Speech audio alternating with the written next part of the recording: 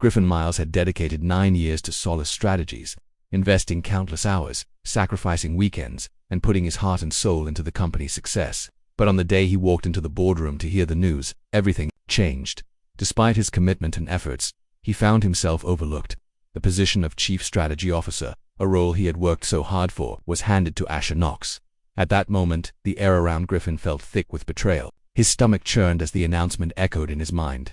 The man who had been by his side, learning, striving, and leading the charge, was passed over in favor of someone who had only just arrived, someone with a shiny new business degree, and no real history with the company. Griffin's mind raced. What did this mean? Why hadn't they recognized his worth? The confusion and hurt gave way to a cold, sharp anger. He could feel his hands clench, his jaw tighten, but outwardly, he remained still. The world seemed to slow as he tried to process what had just happened. This wasn't just about a job. It was about years of devotion, dismissed in a heartbeat. And yet, he said nothing. He stood there in the dimly lit room, the weight of his silence hanging heavy. But in that moment, something inside him shifted. The realization hit him like a punch. He wouldn't be overlooked again. After the betrayal, Griffin felt an overwhelming wave of disappointment, but he knew he couldn't let that define him.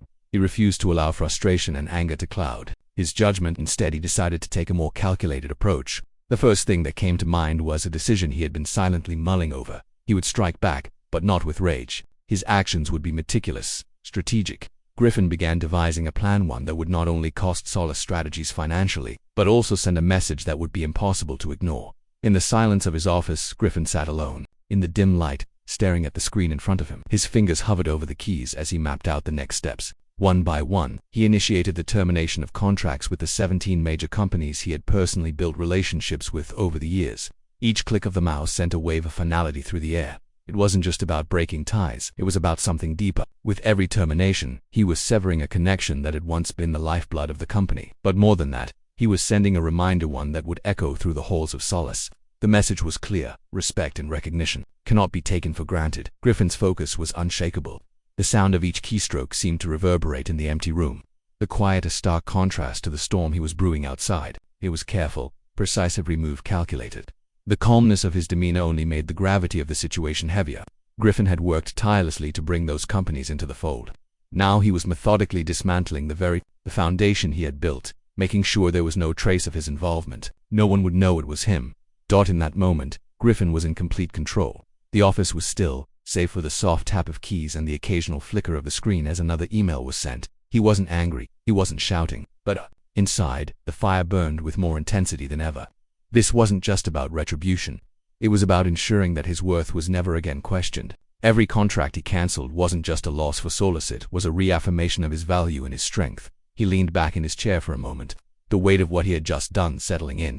The calm that followed the storm he had unleashed was profound. He wasn't done yet, but for now, he was content in knowing that his plan had taken shape, and it was only the beginning. Griffin walked into the Solace conference room with a sense of purpose, his steps deliberate and controlled. This time, he was not the man who had silently supported Celeste from the background. The air was thick with tension as he entered, and all eyes turned to him.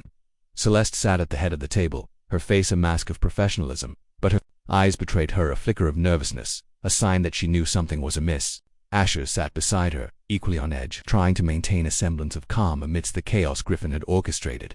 The room was filled with the soft murmur of uneasy conversations.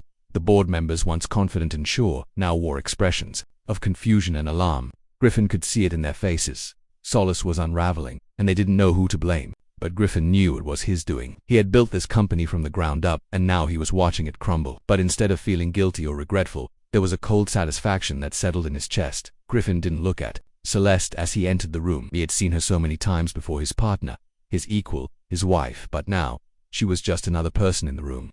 The bond they once shared felt distant, almost alien. He could feel the weight of her gaze on him, but he refused to acknowledge it. Everything had changed. He stepped forward, his voice calm but firm, cutting through the silence like a knife. "I trust you're all aware of the recent developments," he said, his words measured but carrying an undeniable force. "Every single major contract that Solace had with my companies has been terminated, effective immediately.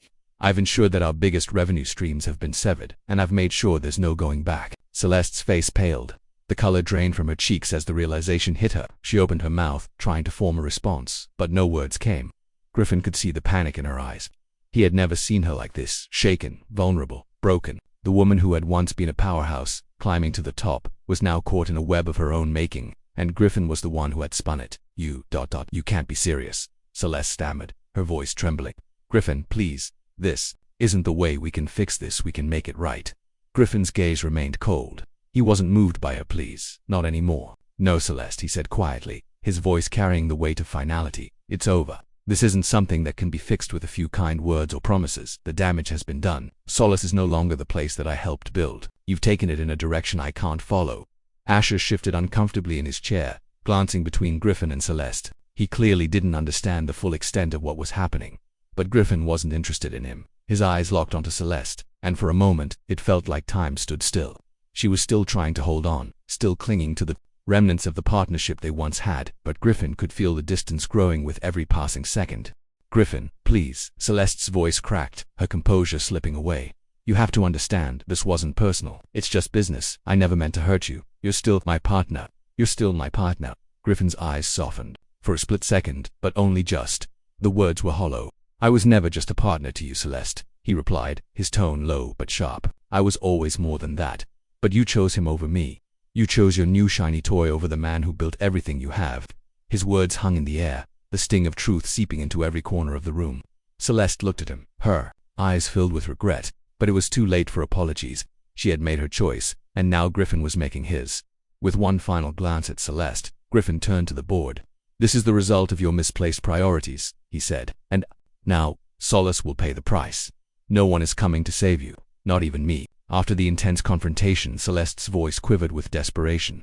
Griffin, please, we can fix this. We can restore everything. The contracts, the clients, we can make it right. Her words hung in the air, but they felt distant too. Griffin, almost foreign. She had once been his partner, his equal. But now, all he saw was someone who had chosen ambition over loyalty. Someone who had betrayed the very foundation they had built together. Griffin took a moment, his gaze hardening. He had heard enough. He wasn't the man who would settle for promises anymore. The moment of reckoning had come, and with it, a newfound clarity. He turned to face her, his voice calm but resolute. No, Celeste, he said, his tone carrying the weight of finality. This isn't something that can be fixed with words or deals. The damage is done. It's over. I've built my own future now. Celeste's face fell, her shoulders slumping as she absorbed the gravity of his words. She had hoped for a reconciliation, for a way to undo the mess they were both now in. But Griffin had already made up his mind. He wasn't going to beg for a seat at the table anymore. He wasn't going to wait for someone to recognize his worth. Griffin took one last lingering look at her, then turned toward the door. As he walked out of the room, he felt a sense of liberation wash over him. For the first time in years, he was no longer bound by the expectations of others. He had taken control of his destiny. There was no turning back now. In the weeks that followed, Griffin poured everything he had into a new venture. He knew it was time to start fresh. Larkwood Solutions was born out of the ashes of Solace, a company that would be built on the principles of merit, recognition, and respect.